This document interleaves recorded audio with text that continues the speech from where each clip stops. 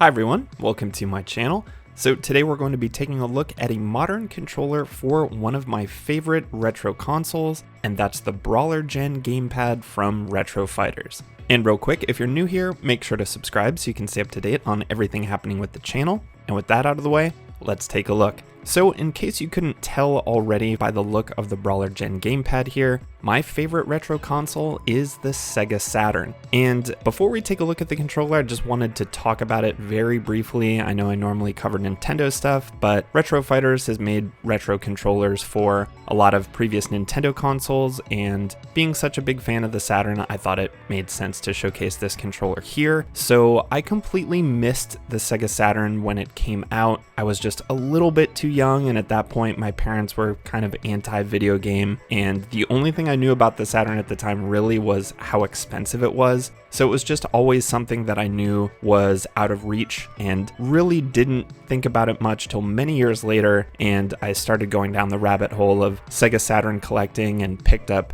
this Japanese model Sega Saturn here, figured out how to run backups on it, which is definitely something I suggest if you are considering collecting for the Saturn. Prices for retro games are just astronomical right now. They kind of have been for a little while, but one of the most exciting things that seems to be happening over the past few years are a lot of the Japanese games that never made it over to the US are now getting brand new English translations done by small development teams. And then, if you're able to run backups, you can download these patches and burn it to a disk and experience the much larger Japanese Sega Saturn library, because the Saturn wasn't the colossal failure that it was in the US and Japan. It actually did pretty well. It outsold the Mega Drive in Japan. So I've been playing a ton of Saturn lately with all these new translations coming out. So if you're someone who's kind of into retro gaming and you haven't really checked out the Saturn library, I highly recommend it. There's so much awesome 90s arcade goodness on the platform, and it's just been a really fun console to get to know and discover the library for. But with that little rambling about the Sega Saturn out of the way, let's take a look at this modern controller and kind of compare it against some other modern options, as well as the original Sega Saturn controller. And as you can see on the box here, the BrawlerGen is actually compatible with both the Sega Saturn and the Sega Genesis or Mega Drive. This is a wired controller. I actually don't currently own a Sega Genesis or Mega Drive, so I've just been using this exclusively for the Saturn. And we'll flip the box over here and take a look at the back,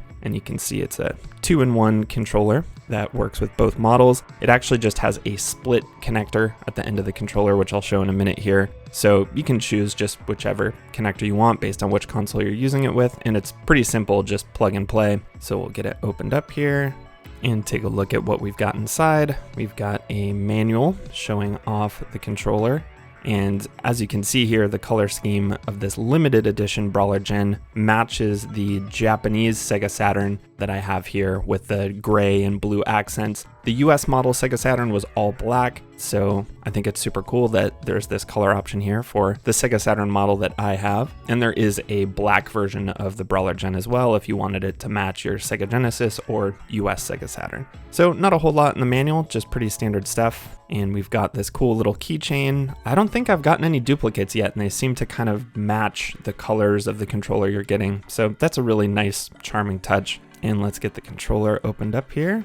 So here it is, and there's the cord. You can see it has those two connectors at the end there. And here is the BrawlerGen with a nice modern layout. The body of the controller is definitely very reminiscent of Retro Fighters' Brawler 64, their kind of modernized Nintendo 64 controller, and this one feels equally good. Quality build, it's fairly light. There's no rumble motors in there or anything. And we've got the nice 6-button layout here. The buttons all feel good and clicky. D-pad feels good as well. I'd say it's maybe a little bit stiffer than the original Saturn controller, which is known for being very good for 2D fighting games, especially like Street Fighter, because it's a very easy D-pad to rotate around. And you can definitely do that here too, but I think the main benefit of this controller is the added analog stick, which will end up working with both 2D and 3D games. And the triggers feel good too.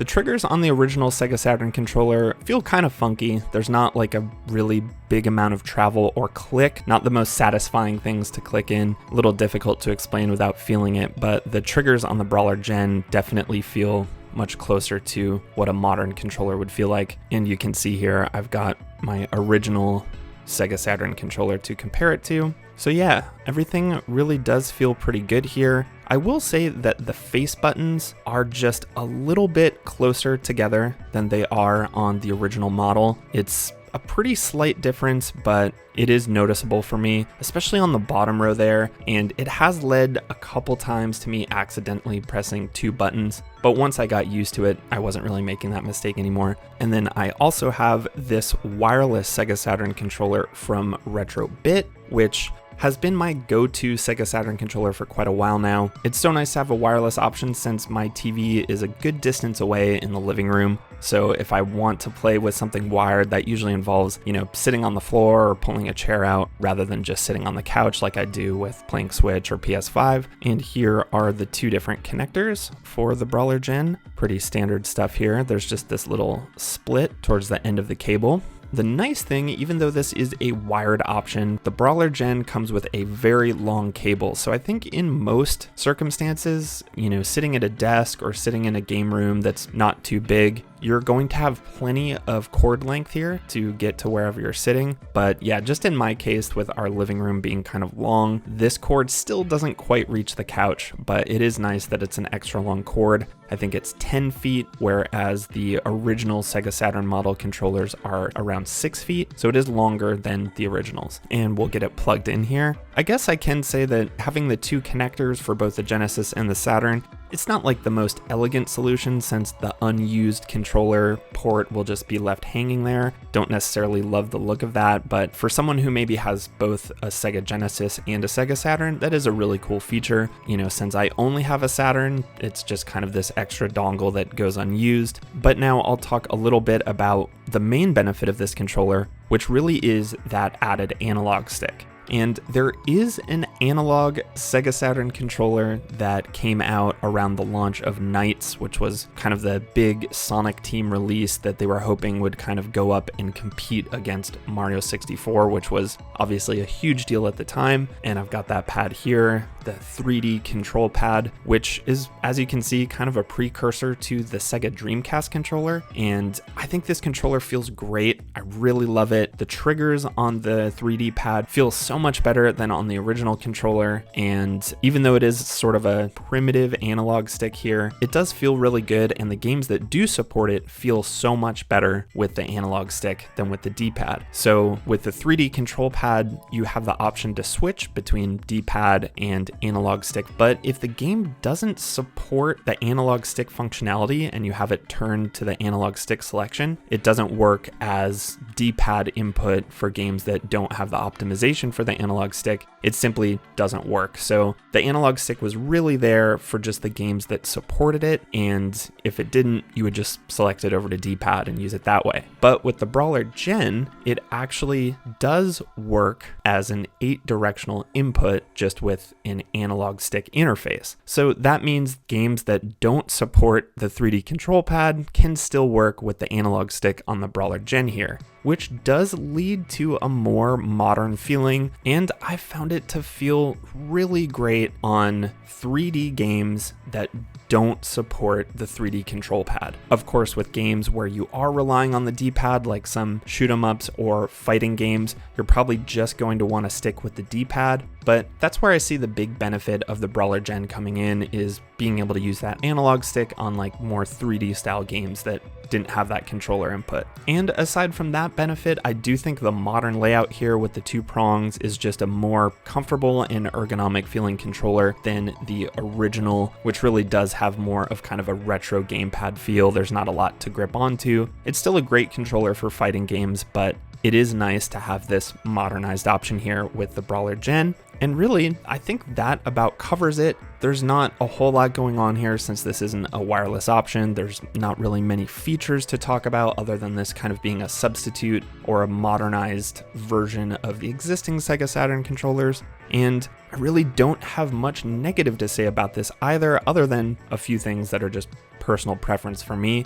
I would really love if Retro Fighters eventually made a wireless version of the BrawlerGen here. And I do think that's a possibility since Retro Fighters has done things like that in the past. We've had controllers introduced as a wired only option for something like the Nintendo 64 that later get a wireless version. I'm sure there's not quite the same demand for a Sega Saturn controller as for a Nintendo 64 controller, but it would still be something I'd love to see. Since then, I'd be able to use it sitting on my couch just like I do my other wireless options, and I could see myself using this quite a bit over the Retro Bit controller since it does have the added analog stick here, which I really love the feel of. It's just realistically at this point, if I'm sitting on the couch and I'm wanting to play the Saturn, I'm gonna go for the wireless option so I don't have to, force myself to get a little closer to the TV. But otherwise, I think the BrawlerGen here is a fantastic modern option for a Sega Saturn enthusiast. I love the look of it. It feels great. I've had no problems with button inputs or anything like that, so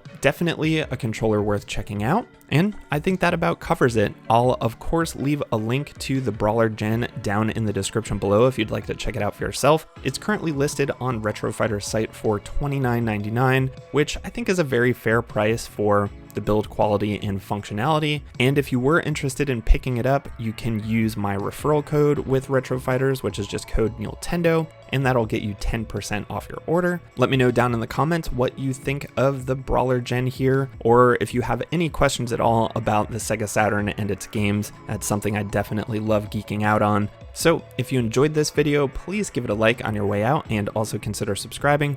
And until the next video, thanks so much for watching, and I'll see you next time.